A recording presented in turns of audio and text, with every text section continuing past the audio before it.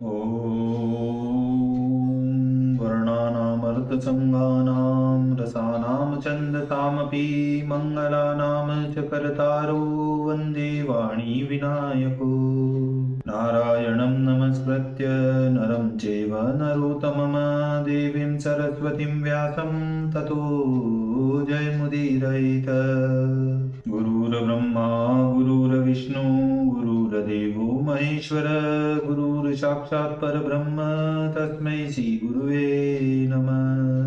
बोले सियावर रामचंद्र भगवान की जय, राधावर कृष्ण कन्हैया लाल भगवान की जय, उमा महेश्वर भगवान की जय, गायत्री ब्रह्मदेव भगवान की जय, सतगुरुदेव भगवान की जय, माता पिता गुरुदेव की जय, समस्त संतगण भगवान की जय, समस्त भक्तगण भगवान की जय। ओम नमः पार्वती पतये, हर हर महादेव।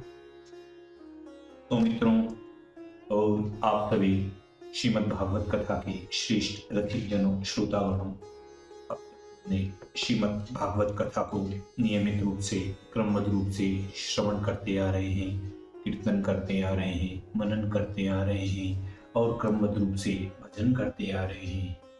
तो अब हम श्रीमद् भागवत कथा के 10वें स्कंद की 29वें अध्याय की ओर कथा को अग्रसर करते हैं।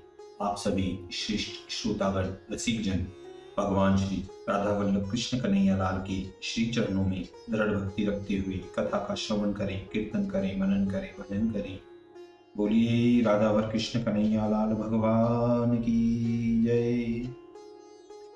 तो कहते हैं 29 में हरि ने कियो रास विलास बनाय, अंतर ध्यान भय तुरत सबन वही चिटकाय।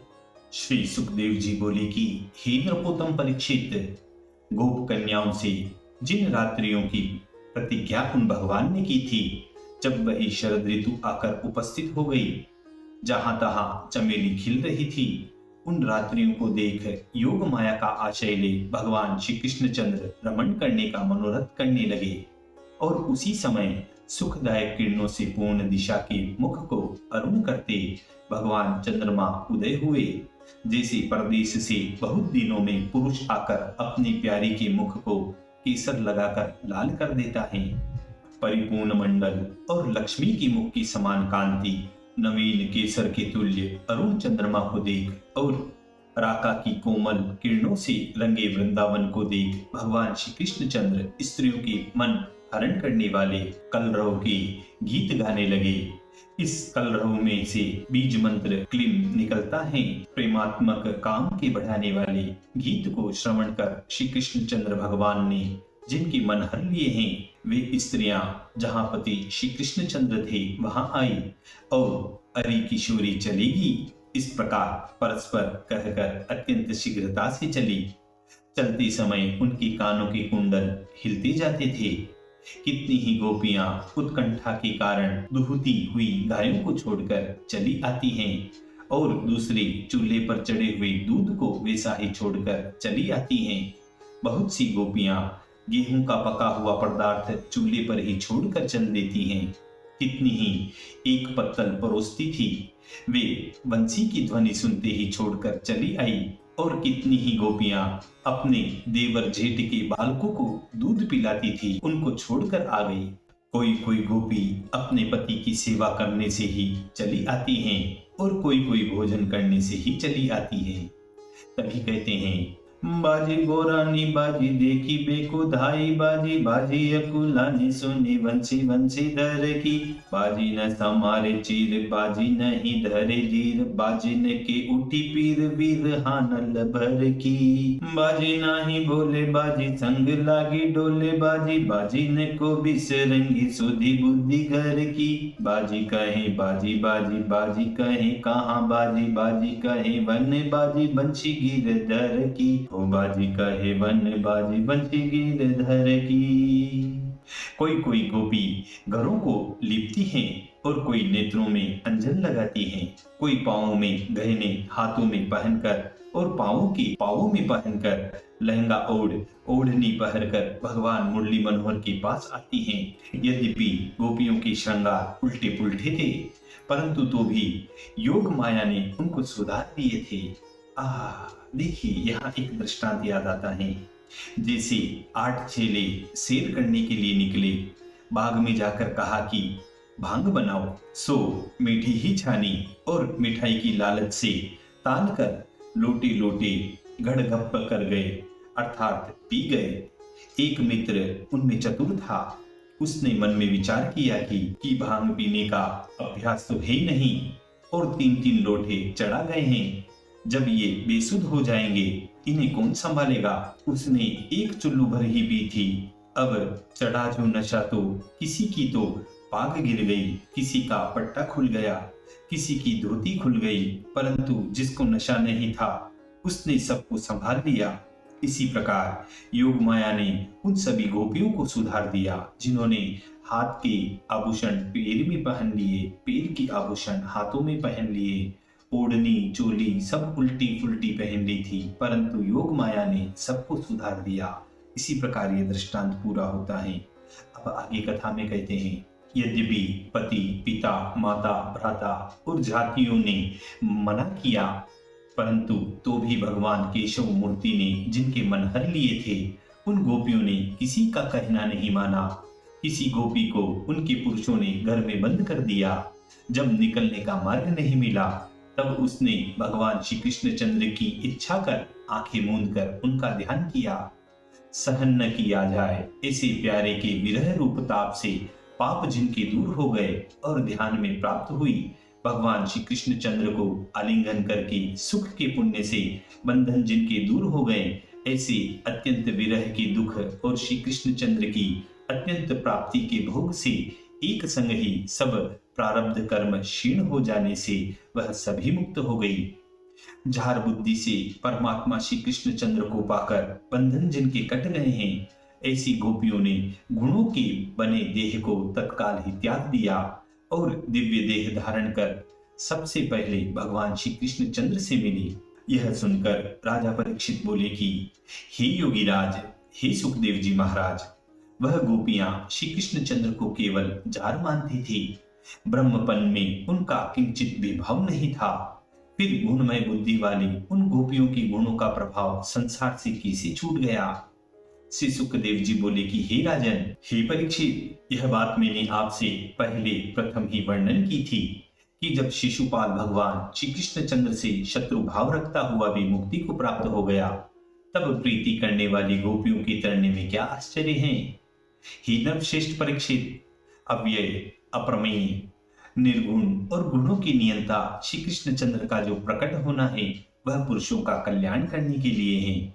इस कारण भगवान श्री कृष्ण चंद्र को जीव के समान कहना संभव नहीं।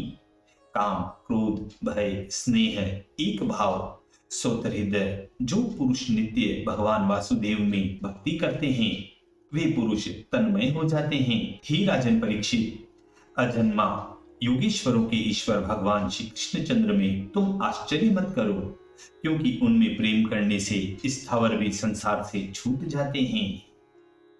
देखिए, यहाँ एक दृष्टांत और याद आता है कि प्रेम से भाव सहित श्री नारायण की कथा सुन लें। कहीं श्रीमद् भागवत की कथा बैठी थी, किसी ने कहा, हे लाला जी, सुनने को चलो।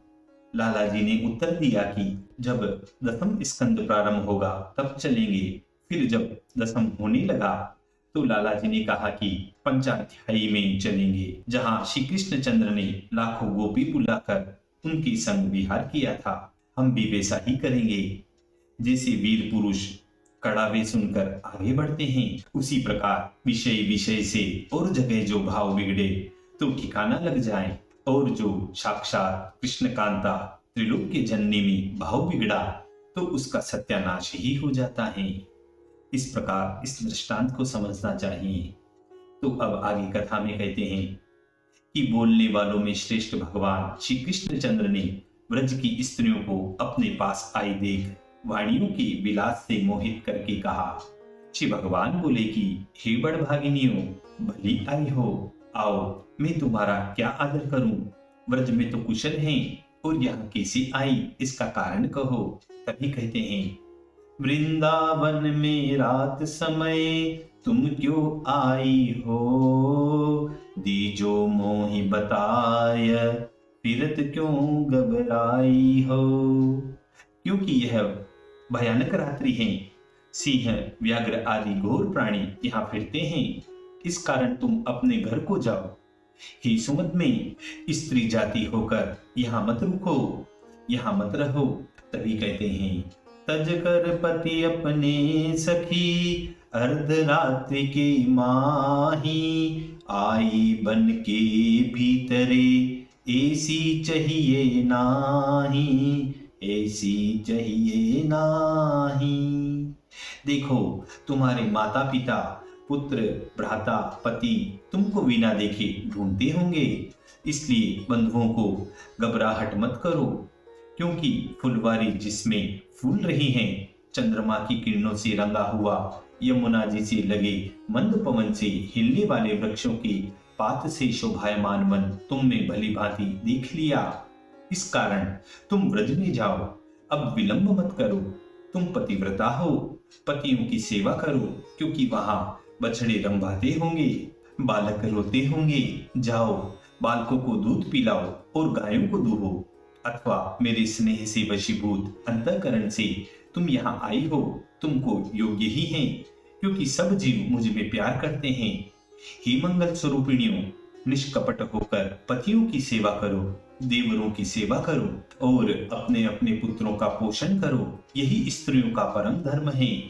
यदि कदाचित अपना पति खोटे स्वभाव युक्त हो, दुर्भाग्य हो अथवा वृद्ध हो, मूर्ख हो, रोगी हो, दरिद्र हो, तो भी स्वर्ग की जिनको चाहना है, ऐसी स्त्रियों की त्यागने योग्य नहीं है वह, और पतित हो तो त्यागने योग्य कहे गए हैं। इसीलिए कहते हैं, नारिन के पति देव वेद नीत यही बखाने, ब्रह्मा विष्णु महेश नारी पति ही को माने।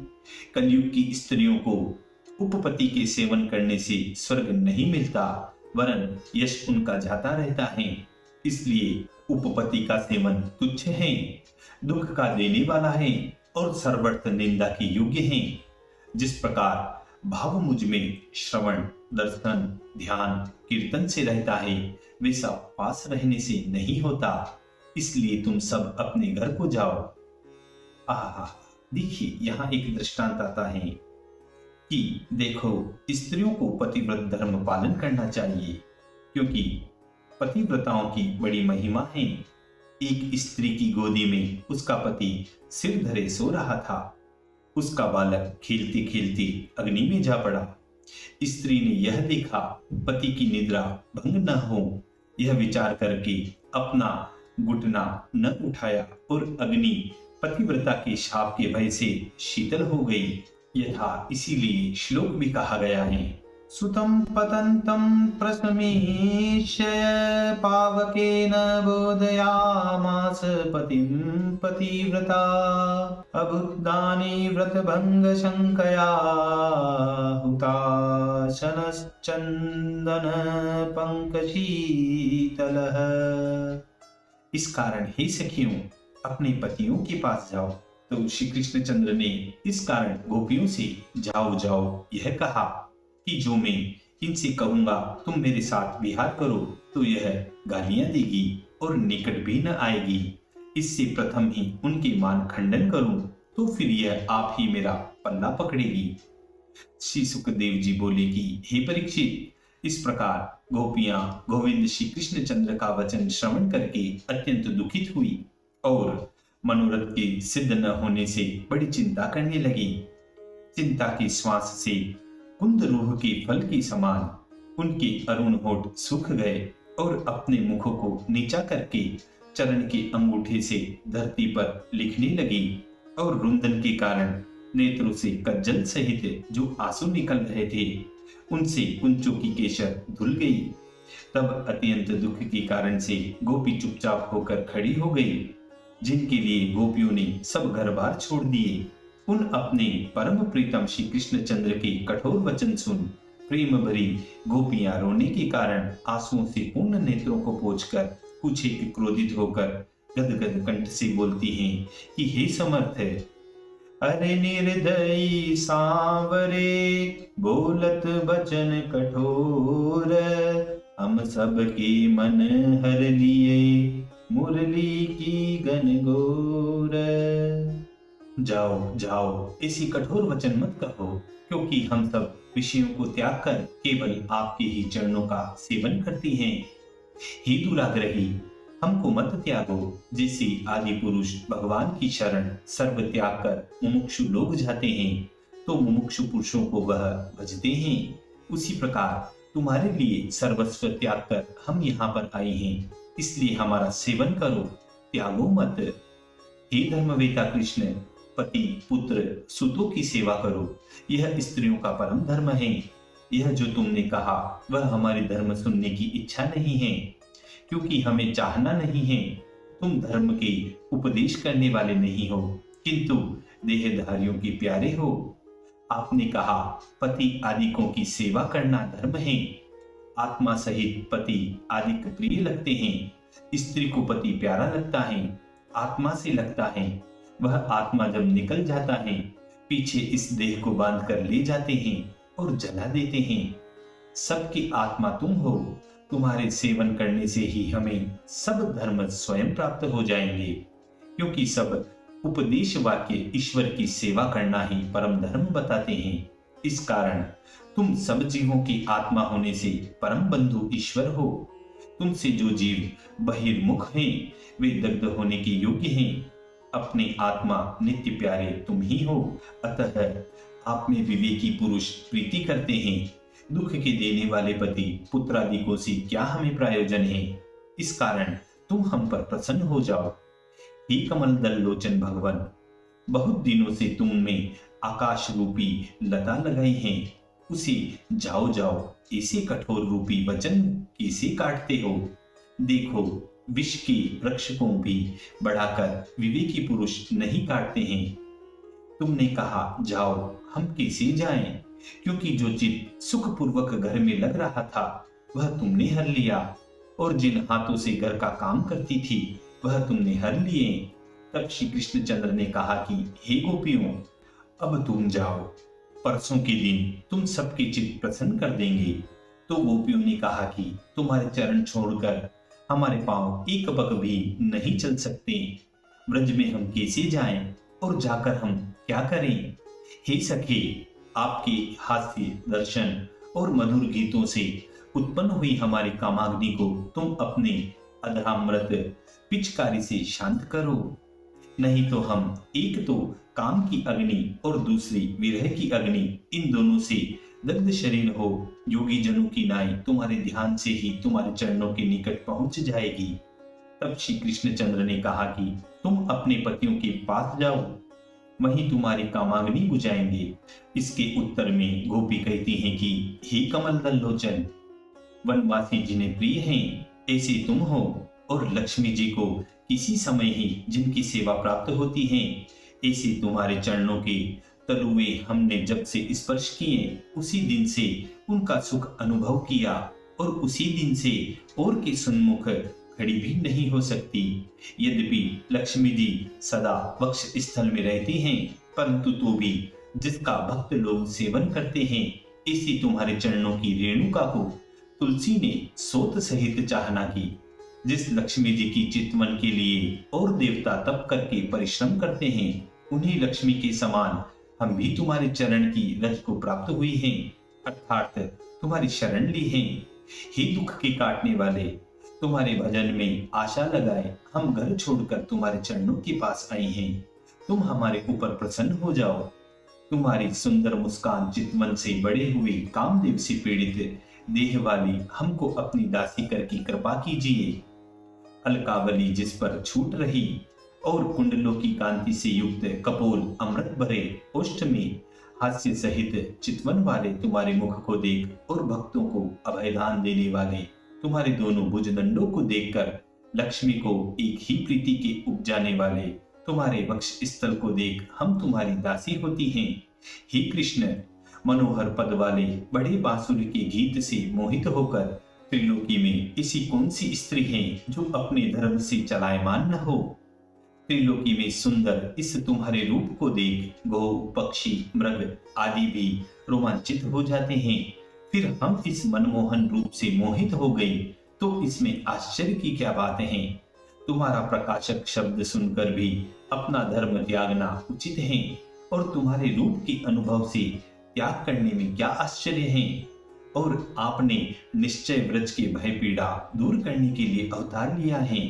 जैसे आदि पुरुष श्री नारायण स्वर्ग की रक्षा करते हैं, इस प्रकार इस कारण हे दीनबंधो, हम तुम्हारी दासी हैं। हमारे कामदेव से तप्त स्तन और सिरों पर अपने हस्त कमल को धरो। तभी कहते हैं, अब तुमको यह उचित है, सुनो श्याम सुख राश, मन हमरो अपनाय के, अब तुम करत निराश, पाप पुण्य कहनाथ, यह तो हम जाने नहीं, बीती तुम्हारे हाथ, अधरामृत के लोभ से। तभी सुखदेव जी कहते हैं कि हे महाभाग परीक्षित, इस प्रकार योगेश्वरों के ईश्वर भगवान श्री कृष्ण चंद्र गोपियों का विलाप सुन हंसकर दया को प्राप्त हो आत्मा राम भी हैं तो भी गोपियों के संग भ्रमण करने लगे। देखिए, यहाँ एक शंका आती है जो ऊपर दोहे में कहा गया कि अधरामृत के लोभ से, तो शंका यह होती है कि जैसे कामदेव से पीड़ित होकर मनुष्यों की स्त्री ओष्ठ चुंबन करने के लिए मनुष्यों की विनती करती है और गोपी तो मोक्ष रूपी थी, परंतु काम की शांति करने के लिए पूर्ण ब्रह्म सरीखे जो कृष्ण भगवान हैं उनसे ओठ चुंबन करने के लिए याचना क्यों करती हैं। तो इसके उत्तर में कहते हैं कि गोपियों ने विचार किया कि हम कुछ पढ़ी लिखी नहीं हैं और श्री कृष्ण की जैसे विद्वान लोग स्त्रोतों से स्तुति करते हैं वैसी स्तुति हम भी करना चाहते हैं, परंतु बिना विद्या हम कैसे उन स्त्रोतों से स्तुति करें। परंतु हमने ऐसा भी सुना है कि श्री कृष्ण के ओष्ठ में सरस्वती का वास है, जो हमारे सबके ओष्ठ में श्री कृष्ण के ओष्ठ छू जाएंगे तो हम सब विदुषी हो जाएंगे, विद्वान हो जाएंगे। तब अनेक प्रकार से उन भगवान की स्त्रोतों से स्तुति हम भी विद्वानों के सदस्य किया करेंगी। कुछ काम के पीड़ित होकर उन्होंने भगवान कृष्ण के ओष्ठों का चुंबन करना नहीं चाहा था।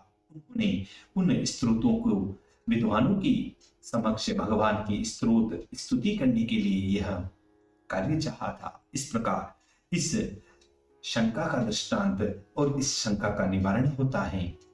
अब पुनः कथा की ओर चलते हैं। प्यारे श्री कृष्ण चंद्र की चितवन से प्रफुल्लित मुख वाली इकट्ठी हुई गोपियों के सहित उदार जिनकी चेष्टा, उदार जिनकी हंसी में कुंदकली के समान कांति वाले दांतों से श्री कृष्ण चंद्र ऐसे शोभायमान लगते थे जैसे तारागण सहित चंद्रमा शोभायमान लगते हैं। गोपियां जिनका गान करें और स्त्रियों के सैकड़ों यूथ का पालन करें, ऐसे भगवान श्री कृष्ण चंद्र स्वयं गान करते वैजंती माला पहने वन को शोभायमान करते विहार करने लगे। शीतल बालू के बिछोने वाले यमुना जी के पुलिन में गोपियों सहित आकर रमण करने लगे। वहां यमुना जी की लहर का आनंद और कमलों की सुगंध सनी वायु से अत्यंत प्रसन्न हुए। भुजाओं का पसारना, आलिंगन करना, कर, अकल, उरु, निधि, स्तन इनका स्पर्श करना, परिहास के वचन कहना, नखों की चीह, क्रीड़ा, चितवन और हंसियों से व्रज सुंदरियों को भगवान काम उद्दीपन कराकर रमण करने लगे। इस प्रकार महात्मा श्री कृष्ण चंद्र से मान जिन्होंने प्राप्त किया, ऐसी गोपियां मानवती होकर पृथ्वी की स्त्रियों में अपने को अधिक मानने लगी। ब्रह्मा और महादेव को वश में करने वाले भगवान श्री कृष्ण चंद्र उन गोपियों को सौभाग्य के मद से अपने अधीन देख उनका गर्व दूर करने और कृपा करने के लिए उस रास मंडल में ही अंतर ध्यान हो गए, क्योंकि श्री कृष्ण चंद्र ने विचार किया कि अभी तो रात का प्रारंभ ही हुआ है, शेर में पौन भी नहीं है और इन्हें मान हो गया। जो ऐसे लाखों गोपियों के पांव पड़ता फिरूं तो वर्षों लग जाए, फिर रास कैसे होगा।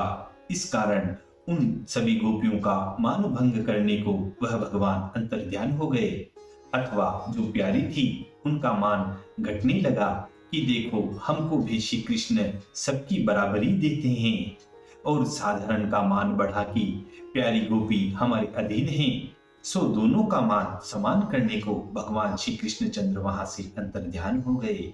इसी मधुर संवाद के साथ श्रीमद् भागवत कथा की दसम स्कंद की 39वां अध्याय 29वें अध्याय की समाप्ति व पूर्णता होती है। बोलिए श्री कृष्ण कन्हैया लाल भगवान की जय।